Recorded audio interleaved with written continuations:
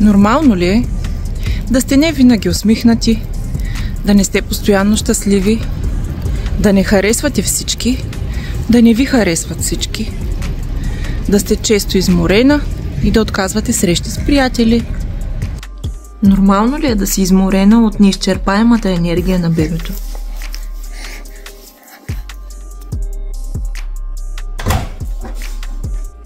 Нормално ли е кошев за пране постоянно да прелива, а на вас точно в този момент да не ви се пере, да не ви се сгъва, да не ви се суши, да не ви се глади?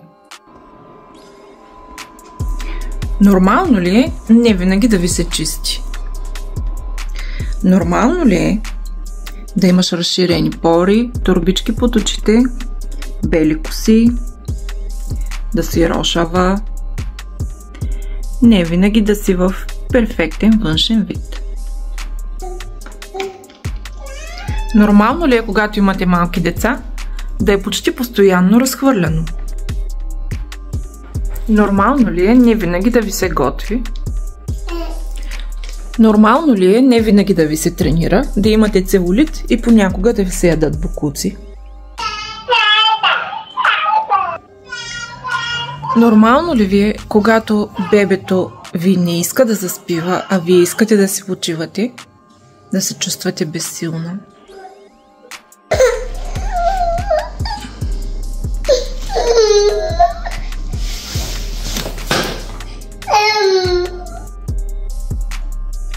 И така, мили момичета, всичко изброено преди малко и още неща са напълно нормални.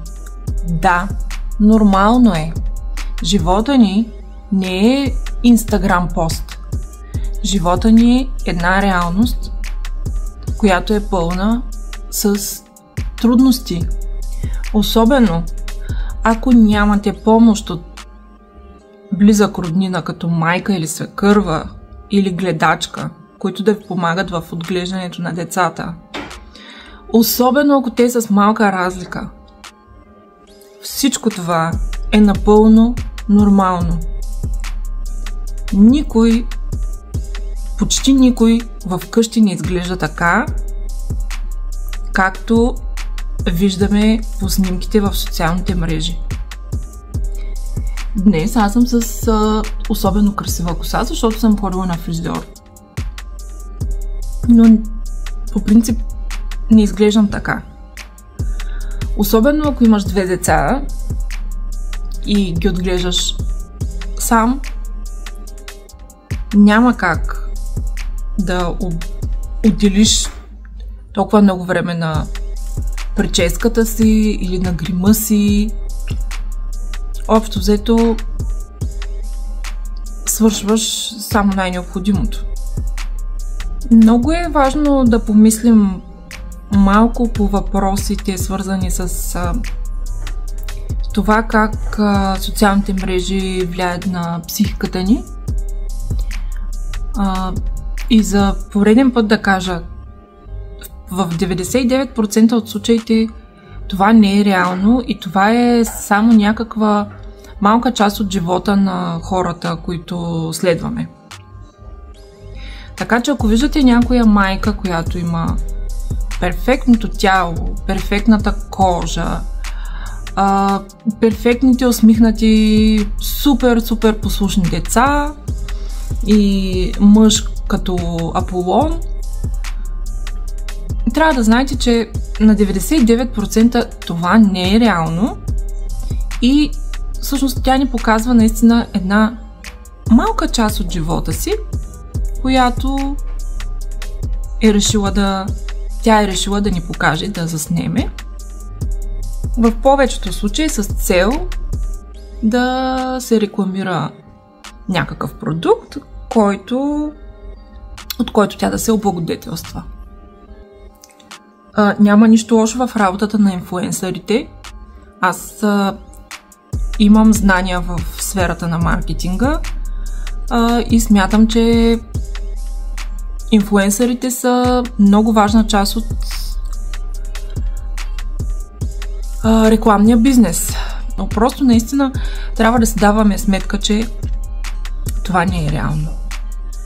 Какво правя аз, за да избегна бърнаута? Просто има неща, които не правя. Не правя. Не гладя. Аз не гладя. Това е нещо, което смятам, че мога да си спестя. Не е жизнено важно. И просто не гладя. Никога не съм гладила дрехите и на двете си бебета. И са живи и здрави, нищо няма. Освен ако бебето ви няма някакви специфични кожни нужди. Да, може да си измислите да си набележите някоя домакинска работа или нещо, което можете да делегирате на някой друг, например на мъжа ви или на някое дете. Или нещо, което просто да не правите, за да ви остава малко повече време за почивка евентуално. Нещо друго, което бих препоръчала като идея да се избегне майчинския бърнаут, е да се опитате да направите децата си малко по-самостоятелни от по-ранна възраст. Като тук едно голямо уточнение искам да направя. Не всяко дете ще се поддаде.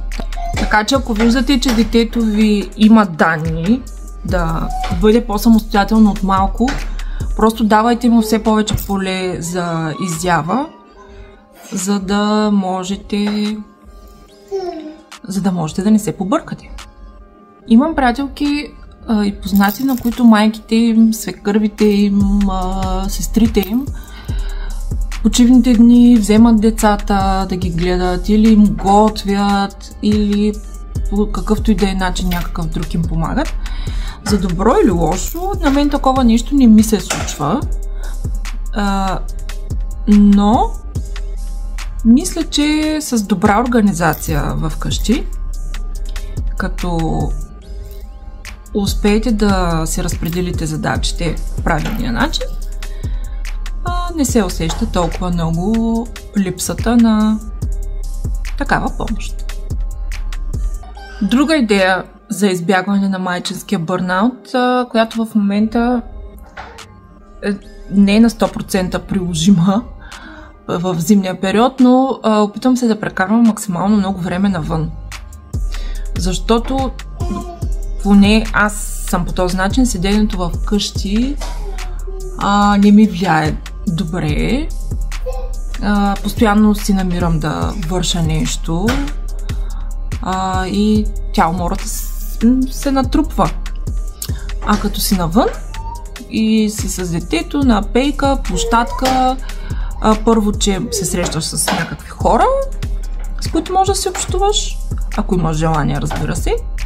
И второ, че не можеш навън да вършиш домакинска работа, която така или иначе никога не свършва. Тъй, че стоенето навън е друга идея за избягване от многобройните задачи. И за финал искам да кажа, момичета, не се страхувайте да кажете, че сте изморени, не се страхувайте да споделяте с партньора си или с някой друг близък, че имате нужда от помощ. Това е напълно нормално. Вие сте човешки същества, не сте роботи. Отглеждането на бебе в днешно време на пръв поглед изглежда много лесно. Има памперси, изкуствено мляко, хубаво, пюрета, всичко е готово, дали? Просто с едно претопляне нещата се случват. Но от друга страна има други фактори, като стрес, начин на живот, очаквания, финансови проблеми, които рефлектират върху психиката на майката. Така че нека да не генерализираме така, че е супер лесно гледането на бебе в днешно време в сравнение с еди кога си. Това беше от днешното видео. Надявам се да ви е било полезно, моля да се абонирате за канала ни. Чао и до скоро! Абе, карайте го по-полека, бе, момичета, да не сте се записали на конкурс за най-добра майка.